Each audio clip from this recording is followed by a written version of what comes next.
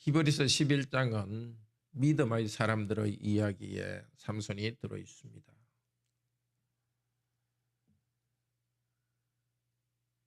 또 히브리서 11장 5절 6절은 하나님께 나아가는 자는 반드시 그가 계신 것과 또한 그가 상 주시는 이심을 믿어야 할지니라 합니다. 오늘 삼손의 이야기는 우리에게 그것을 가르칩니다. 오늘도 삼위 하나님이 계시고 또 하나님께 나아가는 우리에게는 상 주시는 분을 믿어야 하겠습니다. 그 이유는 바로 우리 주 예수 그리스도 때문이고 우리 주 예수 그리스도께서 또한 믿음의 본을 보여주었습니다. 얼마 후 삼손이 이렇게 시작하는 것은 삼손이 블레셋 여자와 결혼한 다음에 다시 고향으로 돌아간 이야기입니다. 있을 수 없는 일이죠. 하나님께서는 블레셋을 다 멸망하라고 했고 그들과 결혼하지도 말라고 했습니다. 그런데 하나님께서 세우신 사사가 이렇게 악한 일을 합니다. 하나님께서 삼손이 잘했다고 하지 않습니다. 그의 악함을 싫어하십니다. 그럼에도 불구하고 하나님께서는 삼손을 통하여서 하나님께서 하시려는 일을 이루시고 있습니다. 삼손이 다시 자기 아내를 찾아서 블레셋으로 갔습니다. 염소 새끼를 가지고 갔습니다. 그런데 장인이 자기 아내를 다른 사람에게 주었습니다. 삼손이 화가 나서 여우 300마리를 묶어서 꼬리를 묶어서 꼬리에 불을 태워서 그래서 그 여우들이 돌아다니면서 곡식을 다 태웠습니다. 300 하면 기억하는 게 있지 않습니까? 기도원의 300용사. 이번에는 저 짐승들이 300용사가 됩니다. 정말 기적적으로 하나님께서 그 여우들을 모아주셨습니다. 이것은 우리에게 보통 일어나는 일이 아니라 하나님께서 기적으로 이렇게 이루시는 일입니다. 삼손이 아니라 하나님께서는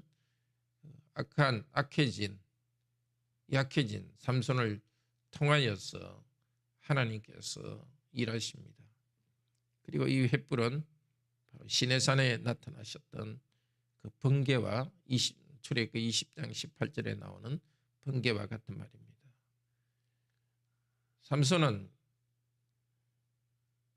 불을 여우 꼬리에 붙였지만 하나님께서는 그를 감동하셔서 그렇게 하신 것이고 시내산에 나타나셨던 영광의 하나님께서 당신의 백성들을 보호하기 위해서 번개불처럼 횃불을 통하여서 여우를 통하여서 그들을 심판하십니다.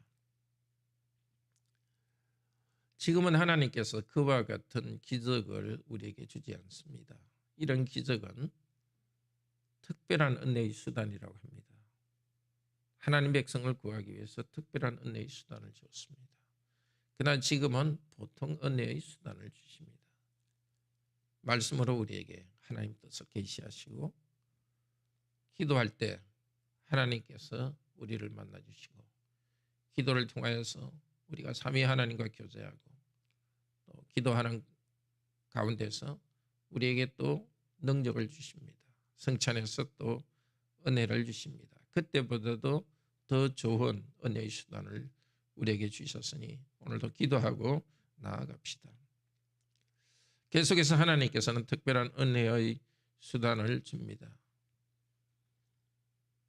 블레셋 사람들이 자기들이 당한 죄 때문에 삼손의 아내와 부모를 장인 가족을 불태우니까 삼손은 또 가서 블레셋 사람들의 많은 사람을 죽였습니다. 한 명인데도 수천 명의 군대와 같은 일을 하도록 하셨습니다. 지금 우리가 강구해야 될 것도 아니고 하나님께서 그때 특별히 그 일을 하셨습니다. 삼손은 이제 아마 도망가서 에담 바위 틈에 머물러 있었습니다. 유다 지역 지파 안에 있는 것 같습니다.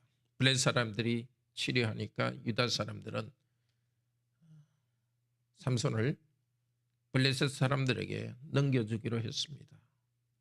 다만 하나님의 백성이니까 죽이지는 않기로 했습니다. 근데 유다 사람이 하는 말을 들어보십시오. 11절에 블레셋 사람이 우리를 다스리는 줄 알지 못하였느냐? 너는 어떻게 우리에게 이렇게 행하였느냐?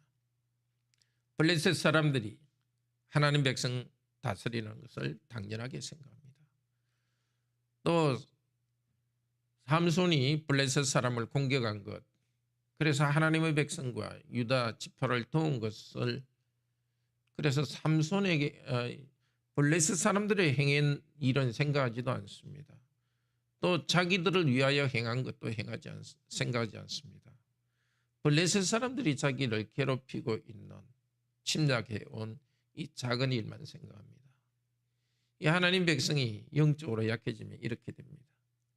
성도들 중에 정말 영적으로 새롭게 깨어서 변화될 때에 그 영향 때문에 교회가 변화되면 오히려 문제가 생길 수 있습니다. 왜 나에게 이렇게 하느냐?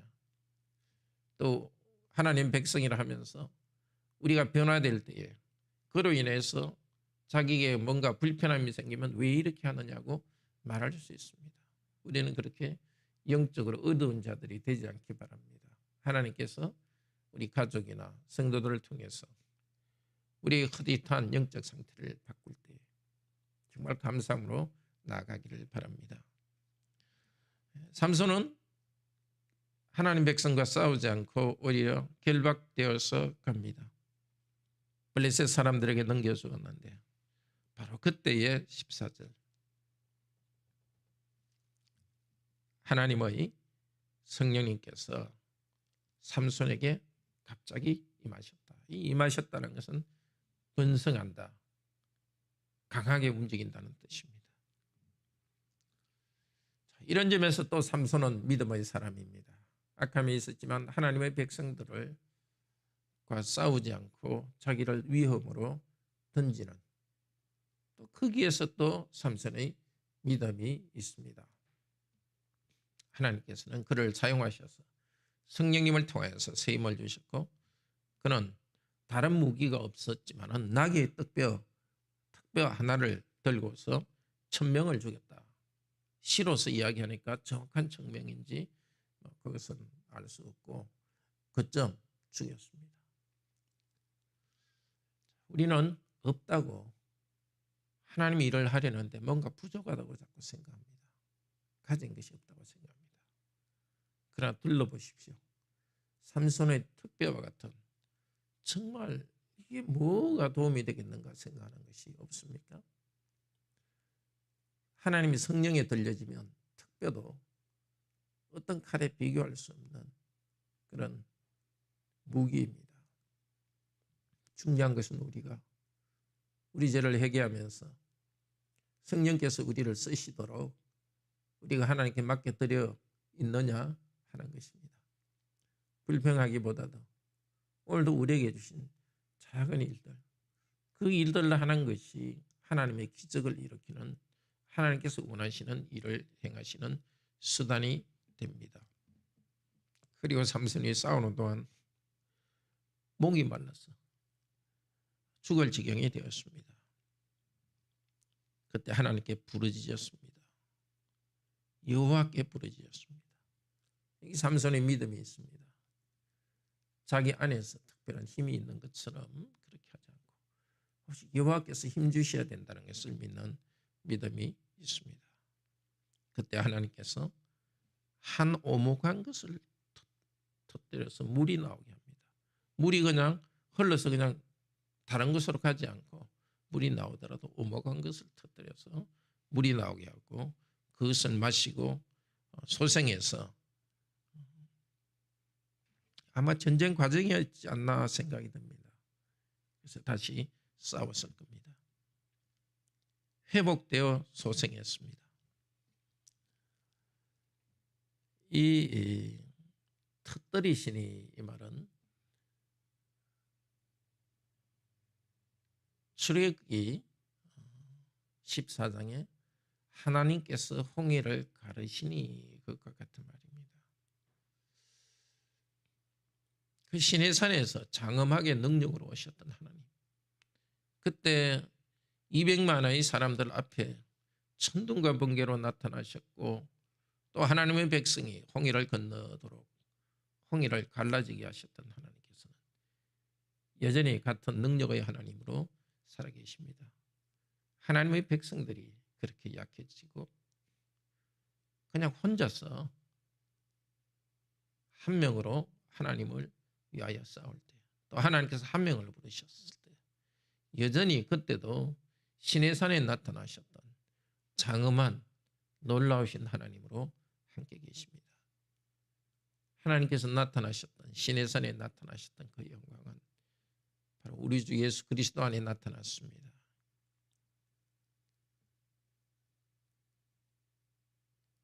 요한복음 1장 14절은 말합니다. 말씀이 육신이 되어 우리 가운데 거하시며 우리가 보니 은혜와 진리가 충만하도다. 하나님 은혜와 진리가 우리에게 다가오고 또 하나님의 영광이 예수 그리스도 안에 충만해 있습니다. 사람이신 예수 그리스도 안에 충만하게 하셨고 그 예수님은 바로 우리도 하나님의 영광에 충만하도록 들어가게 하기 위해서 그 일을 행하시고 지금 다시 하늘 높이 하나님의 영광 가운데 다스리고 계십니다. 죄인인 우리들을 불러서 계속해서 하나님의 영광의 빛을 우리에게 비추십니다. 성령님을 통해서 함께 하십니다. 우리는 삼손이 참 한심해 보이지만 사실은 우리는 삼손이 미치지도 못하는 사람들입니다. 하나님의 백성으로서 세상과 타협하고 세상에 있는 어떤 것을 우상 숭배하는 그런 연약한 자입니다. 그러니까 오늘도 우리 죄를 회개하고 우리 하나님께서 우리를 불쌍히 여기시도록 부르짖읍시다. 하나님께서는 이미 우리에게 영광을 주시는데 우리의 죄 때문에 가리고 있습니다. 그 영광을 오늘도 우리가 바라볼 수 있고 삼위 하나님께서 영광을 주시기를 바랍니다. 그리고 우리는 지금 나 혼자서 이 모든 일을 어떻게 감당하겠는가 그런 염려를 내려놓읍시다. 그 영광의 하나님께서는 하나님이 원하시는 방식으로 작은 특배 하나로 쓰실 것이고 물이 없는 곳에서도 물이 갈라지듯이 우리 하나님께서는 당신이 기뻐하시는 대로 우리의 기도를 들으시고 그리스도의 기도를 들으시고 성령님의 기도를 들으셔서 당신의 일을 하실 것입니다. 기도합시다. 자비로우신 하나님, 사사로 부름을 받았지만은 이방 여인과 결혼해서 악했습니다. 그러나 그 삼손이 여전히 하나님을 향한 믿음이 있었고 그 삼손을 통하여서 하나님의 적조를 무찔러고 하나님의 백성을 보호했습니다. 특별한 은혜를 베풀어 주시고 능력을 주셨습니다. 이제 저희도 우리 주 예수 그리스도 안에서 말할 수 없는 이 큰 은혜를 받았습니다. 하나님이 보호하시는 이 나라의 백성으로 들어와 있습니다. 하나님의 영광을 우리에게도 주셨습니다. 그러나 우리가 땅에 있는 어떤 것을 우상처럼 높이고 자기를 또 주장하면서 하나님의 영광을 가리는 여러 가지 죄들이 있습니다. 오늘도 성령님 우리에게 비추사 우리가 회개하도록 인도하여 주소서. 그리고 이 땅 저희들이 살아가는 날 길지 않은 기간입니다. 하나님이 원하시는 그런 열매를 맺어갈 수 있도록 사랑의 열매를 맺고 하나님을 찬양할 수 있도록 오 성령님 오늘도 우리에게 충만히 오시옵소서. 우리의 가정과 직장 모든 성도들의 가정과 직장 주님께서 지켜주시고 있는 곳에서 주님의 빛을 드러내게 하시고 우리나라 경제와 또 정치의 정의와 발전이 있게 하여 주시옵소서. 안진박미나 가정의 하람이 주님 중환자실에서 치료받고 있는데 주여 이 생명을 건강하게 변화시켜 주시기를 원합니다. 주 예수 그리스도 이름으로 기도드립니다. 아멘. 은혜로운 기도 시간 되기를 축복합니다.